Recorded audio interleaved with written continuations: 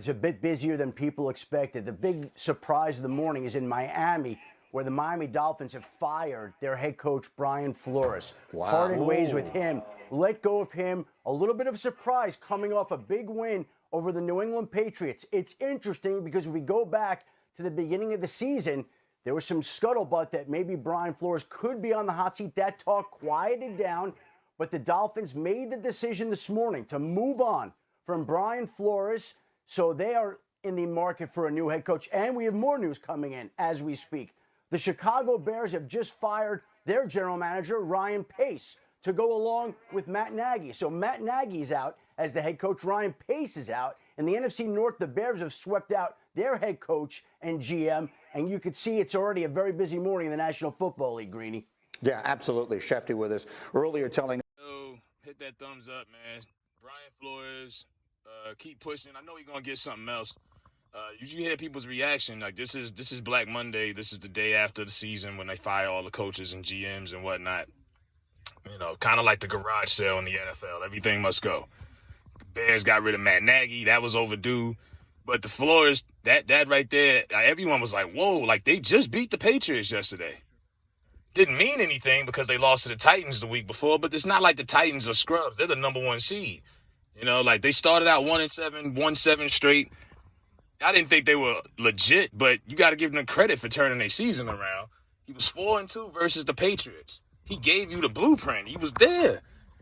And they fired him. Now, we all know how they do black coaches. Yeah, black coaches get more opportunities than they used to. There's some progress, but the leash is so short. Steve Wilkes was in Arizona for 1 year. Jim Caldwell got fired, and Dan Orlovsky, who I don't even care for, he said this is the worst firing since Jim Caldwell. I think in Indy, or was it Detroit? Both of them got fired prematurely. It was like, come on. Now Mike Zimmer, and I like Mike Zimmer, but Mike Zimmer should have been fired like 2 years ago. He just got the boot today from Minnesota. Jason Garrett, it took him 10 years to get fired. Like, a lot of these guys have been overdue. And Brian Flores is a hard-nosed coach, and that's another problem. It was two main reasons. He obviously wasn't buddies with nobody in the front office, but the Kyle Van Noy thing, and now some of these young boys, and you got to think about it, some of these young boys, some of these kids is making more money than some of their coaches. You know what I mean? So they're not taking all that. They're saying Brian Flores was too tough. He was hard on the players. A lot of the young guys didn't respond well to the verbal bullying. Now, he wasn't hitting players like Urban Meyer. He didn't kick anybody or do anything like that. But he was hard-nosed. I mean, Brian Flores came from the Belichick tree. He's from Brownsville. You know what I mean? That's how Brian Flores coaches. He's a throwback type of coach. And a lot of these young kids that's in like rookie contracts, they grew up in that anti-bully campaign they were pushing in public schools for the last, 10 years. See, by the time they started pushing that, I was out of high school and all of that. But they was pushing that anti-bully campaign. A lot of these kids are soft. And they were complaining about the coaching style. But the real reason why, and I don't see how the Dolphins blame this on Flores unless it was his influence for this decision. Because, Belichick's ties with Saban, I don't know if it's an Alabama thing. They thought, they brought in the hype, but the real issue is, and the Dolphins did this to themselves, they drafted the wrong quarterback. They should have got Justin Herbert, Jay Herbo, and they were watching that game yesterday between the Raiders and the Chargers, and they said, damn, we made it. It didn't even take that game, but they knew since last year, you made the wrong choice. Tua is not that guy. Justin Herbert is that dude. And they missed out. They drafted the wrong quarterback. They had Justin Herbert, the Dolphins could have took it off and it's a woulda, coulda, shoulda type of thing. They could have been really good. Flores proved he could beat New England. He knew how to do that. Adam Gase couldn't do that. A lot of the other guys couldn't. He had the blueprint. He knows how to beat the villain in the division. He's got the defense playing well. That's his blueprint. He's a defensive guy.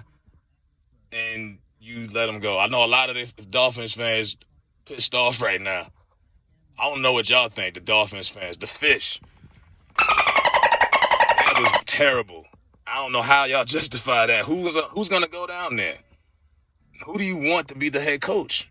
And I know they probably wasn't thinking about that after yesterday's game when they beat the Patriots in blowout fashion. beat the Patriots by like 3 touchdowns, and then your coach gets fired the next day. I've never seen that before. That's crazy. But you know how they do black coaches. So, yeah. Same. Brian Flores, he'll be somewhere. I got to really think about who needs. You got to see it. Black Monday keeps going. People get fired. I'd like to see him in Minnesota. Minnesota got, their own problems too. But Brian Flores will be somewhere else. He's not. I just hope he doesn't demote himself and go back to New England as a position coach. He can be a head coach. He just needs more time, the right situation, But what's the point of hiring a coach if you're not going to invest long term? You give a guy 1 year, 2 years. What is that?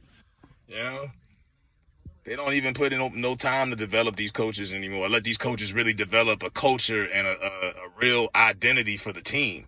And they give up on them, and that's why some of these franchises are always in flux.